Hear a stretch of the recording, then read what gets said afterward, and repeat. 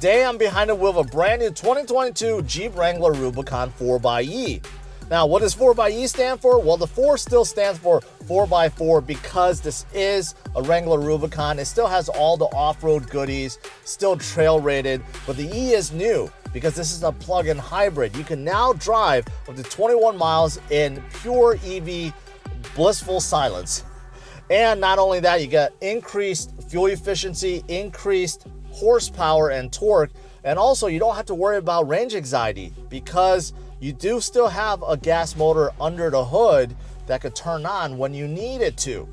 So how good is this brand new 4xe? Let me tell you everything there is to know, also go for a drive and tell you how it compares to a regular Wrangler Rubicon. All right, let's get started. All right, I'm on the road. Let me tell you more about this 4xe and tell you about how it drives. The first thing I want to talk about is as soon as you get inside this Wrangler 4xe and you hit that start button, you may be confused because nothing happens. Well, it does. The car turns on, but it's in pure silence. So the engine is off, there's no rumble, there's no exhaust noise. The only way you can tell is the gauge cluster and the infotainment system turns on. That's it. It's a very different experience. Now, first, let me tell you about all the EV goodies that you get with this 4xe. First of all, the powertrain. You do have 2 electric motors combined with a 2-liter gas motor up front. And in total, you're getting about 375 horsepower and 470 pound-feet of torque. This is a very powerful Wrangler. In fact, it equals the torque to a Wrangler 392, just slightly under in power. However, 0 to 60, 6 seconds. 6 seconds, so this Wrangler is no slouch. And best of all, fuel economy goes up. Combined in hybrid mode, you're getting 49 mpg E. That is definitely the best of any Wrangler out there, any Jeep out there, and in fact, probably towards the top of any midsize SUV out there. Now, when you're not in hybrid mode, pure gas mode, it drops down to about 20 miles per gallon, which still isn't that bad considering this is driving on 33-inch all-terrain tires, but definitely much better in hybrid mode. And of course, this Wrangler will automatically adjust. So there's actually 3 buttons on the left-hand side. In hybrid, this Wrangler will adjust between EV and gas, and many times they'll use both, give you maximum power and torque, and you don't have to worry about anything. Although if you wanted to just be in EV mode only, you could select electric and it'll only utilize the EV mode. And if you go into e-save, that's where the Wrangler will mostly use the gas engine as much as possible. But honestly, I think you just press hybrid and just don't worry about it. Let it do its thing. Now, something else that's also different with this 4xe is the regenerative braking. And by default, it's pretty good, although you'll still notice it feels a little bit different. When you let off the gas, the 4xe does stop a little bit quicker, but when you're stepping on the brake pedal, you definitely feel a difference. However, there is a button. There's a blue button on your center console. If you press that, in your gauge cluster, it'll say max regeneration on. That turns on max regenerative braking, and that's where you'll really feel a difference. You let go of your brake pedal, gas pedal, and you'll feel the Wrangler come to a stop really quickly, like most hybrids and EV cars. This is something that most people have to get used to when moving from a gas car to electric car. So it's good that Jeep gives you an option with this button to turn it on max mode or basically, light mode. And light mode definitely feels a lot more normal. But that is also something new that you have to get used to and decide which one you like better. Now, because this is a 4xe and you're always starting out in EV mode, even if your range for EV drops to 0, the engine kicks on and really tries to recharge the battery enough so that for the most part, you're still driving in EV mode. It still feels like you're in EV mode and it's very quiet. So Jeep did a really good job at balancing the two. Like right now I'm driving, I can't hear the engine at all. It's on. I could see the revs being at 1500 RPM, but it doesn't behave and sound like a normal engine. And for the most part, you're in EV mode, whether you choose so or not. And I think that's a good thing. It's really quiet because you get no exhaust note, no engine, rumble, right? It's just very, very quiet. And again, it feels so different inside a Wrangler, but it's enjoyable. It's enjoyable. Now, once you get up to speed or highway speeds, unfortunately, this Rubicon is still quite noisy because of the design, the way you could take off the top, you could take off the doors, right? The seals is just not as good as a crossover SUV. So it is still louder. I could hear like wind creeping in, but I would say over the years, Jeep have done a lot to try to minimize wind noise. And I'm up to 40-45 miles per hour. It is very, very good. And what's surprising is I hear nothing from the road, no road noise at all. And in case you didn't know, Rubicons come with all-terrain, very aggressive 33-inch tires that will get you pretty much anywhere. You could tackle any mud or sand or rocks or any trail, right? And normally with very aggressive tires, you have very large or loud sound when you're going on the road, but that's not the case. I don't hear anything from the tires. No road noise, mostly just wind noise, but even that's minimized. So it's actually pretty good. It's actually pretty good in terms of cabin noise, but the 4xe definitely makes it quieter inside.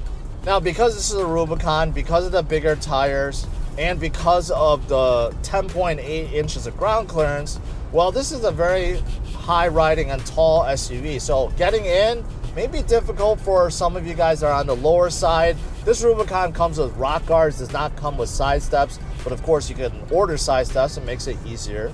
But there's plenty of grab handles everywhere inside, and they're placed correctly. Unlike the Bronco, where the placement of the grab handles are in weird places, it makes sense in the Wrangler, so it makes getting in and out of the Wrangler quite easy.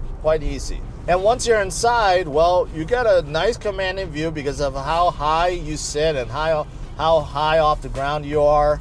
The windshield is pretty much just flat up and down vertically, very no rake at all.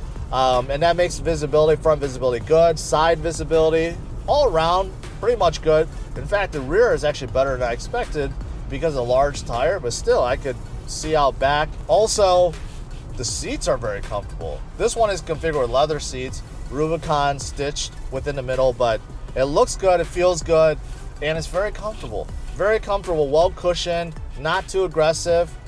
I like it. Now, as for the seats in the second row, well, that's where it's a little disappointing. The cushion overall, still good, but legroom, passenger room, a little bit lacking with this Wrangler. So I'm 5'10", and you can see behind my driving position, I only have about an inch of legroom. Not very much. Headroom plenty, but legroom, for those of you guys that are over 6 feet tall, you'll probably find it a little bit cramped in the second row. Cargo room in the back, pretty big. And if you have the seats folded down, even more. So cargo room, not bad. Passenger room, a little bit lacking the second row, but up front, pretty good. Up front, I have no complaints. Plenty of headroom, obviously. Shoulder room, hip room is good too. So it's just a little cramped in the second row, and that's where the Gladiator helps with that. The Gladiator's second row expanded a lot, although many people don't like the Gladiator because it looks awkward, it's very long, and there are frame problems. So you just have to deal with it. In case you're not aware, Rubicon is the most aggressive trim for going off-road. So this is a Rubicon, and let me tell you about some of the things you get. Starting at the outside, you do get metal bumpers, front and rear. One thing that's different with this 4xe is the tow hooks are in blue instead of red, so a little subtle change. And of course there's blue accents everywhere on the outside too. But you get steel bumpers. Also, you get a lot of underbody armor, basically plates that protect the underside. It's hard to see, but yeah, it's there. Also, special wheels and tires, 17-inch alloy wheels with 33-inch all-terrain tires, I mentioned that, and it does give this Rubicon a little bit more ground clearance and approach angle, departure angle, stuff like that. Also, something that you can't see that's exclusive to this Rubicon is the sway bar disconnect. The automatic sway bar disconnect, with the push of a button inside, you could do so, and it's great for maximum wheel articulation, especially when you're going off-road, when you're trying to climb rocks, right? Tall hills, and you do need the wheel articulation, right? Yeah, just press a button. That's it. So that is exclusive to the Wrangler Rubicon. And underneath, you'll see very heavy duty axles, Dana 44 axles, front and rear. And also with this Rubicon, you can lock your front and rear differentials too. So yeah, you can pretty much tackle anything inside a Rubicon. 2-speed transfer case, that's pretty standard. And also, finally, you do get 4 aux switches in case you want to plug in aftermarket stuff like lights, winch, whatever. You can hook it up directly to the aux switches, which is also nice. Now that I'm going a little bit quicker, around 50, 55 miles per hour, I can definitely hear the wind noise from the top, right? So at lower speeds, wind noise is still pretty good, like I said, but yeah, if you get up to highway speeds, it does get quite loud in here. Now, speaking of wind noise in the top, well, this one is configured with the optional power top, which is fantastic in my opinion. Because with this, with the press of a button, the whole thing just folds back and you get that open driving experience without the need to take the top off and putting it back on, which is cumbersome and usually requires 2 people to do. This one, it just slides open and it's completely open, not like a sunroof where it's small. The whole thing disappears, and I think it's fantastic. Unfortunately though, it is expensive. It's $4,000 option, so it does add on. Other goodies you get inside this 4xe Rubicon, well, this infotainment Uconnect screen is pretty nice. 8-inch screen, and it's pretty responsive. The interface is nice, and the resolution is extremely high, very, very high. You also do get exclusive apps, for example, this hybrid one, which will show your hybrid mode, how much power you're generating in the engine, your battery climate, your power flow, driving history, all that good stuff. Also, you get nifty apps like camera, which you can see what's ahead of you and what's behind you. The one ahead of you is really useful because if you are traveling over some extreme situations, you may want to see what's ahead of you, like branches or rocks or boulders, whatever, right? Really useful, but you can see how high resolution it is. Very clear. There's no fading, there's no spotting, nothing. It's very clear cameras front and rear, and I like this setup quite a lot. You also do get a digital gauge cluster, not completely digital, but in the middle. And again, it gives you a lot of cool information about your hybrid drive, about your 4x4 and other things like fuel economy, trip computer, navigation, audio, all that good stuff. It's a nice little screen. It's a nice little screen, and it's different because it does show you whether or not you're in charge mode for regenerative braking, whether or not you're power mode, also how much range you have and how much total miles you have. So it's a little bit different setup.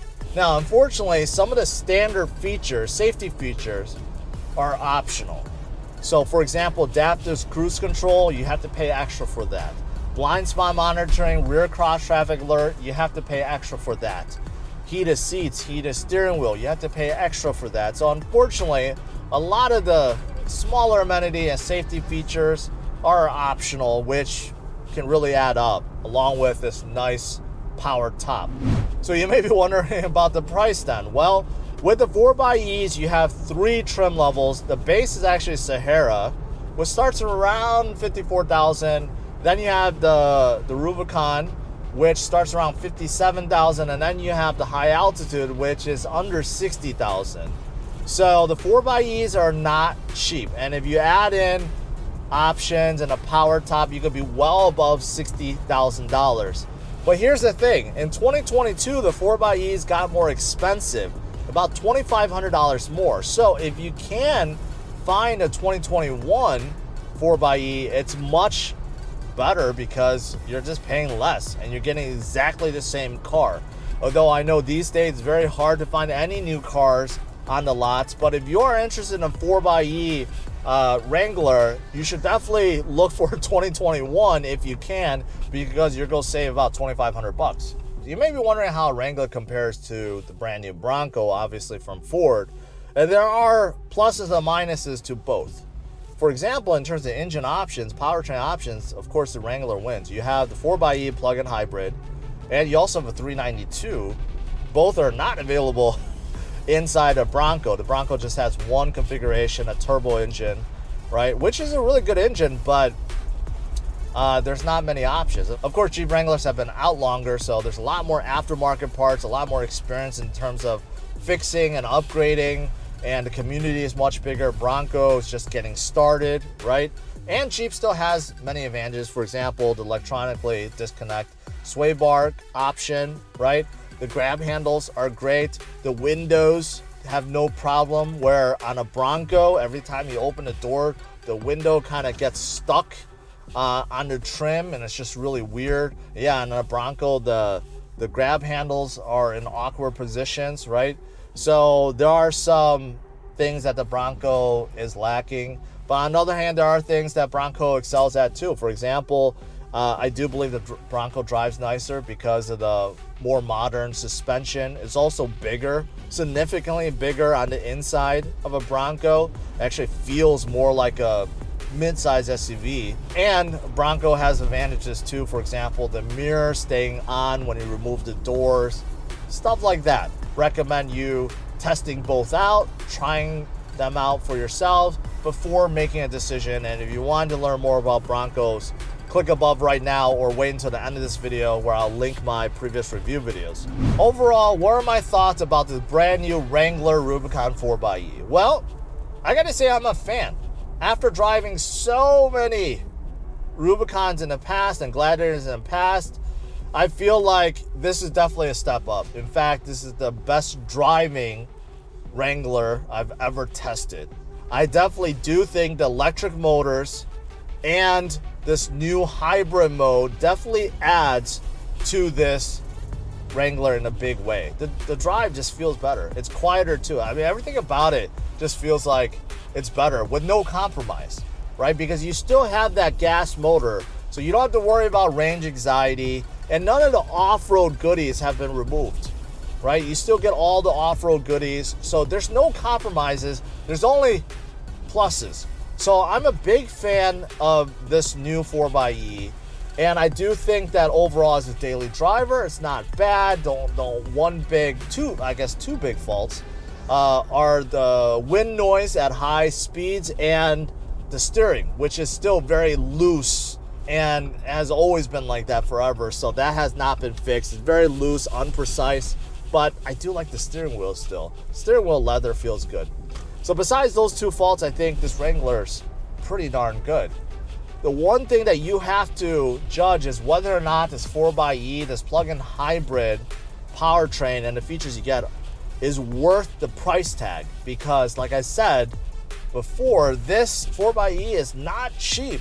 With the options, you're well over $60,000. So is the increase in fuel economy, increase in power worth it to you? If not, then obviously this is not right for you. But if so, then you should definitely check it out. All right, thanks for watching. Smash the like, subscribe to the channel, and stay tuned for my future videos. And like I said, if you want to learn more about the Bronco, click right now.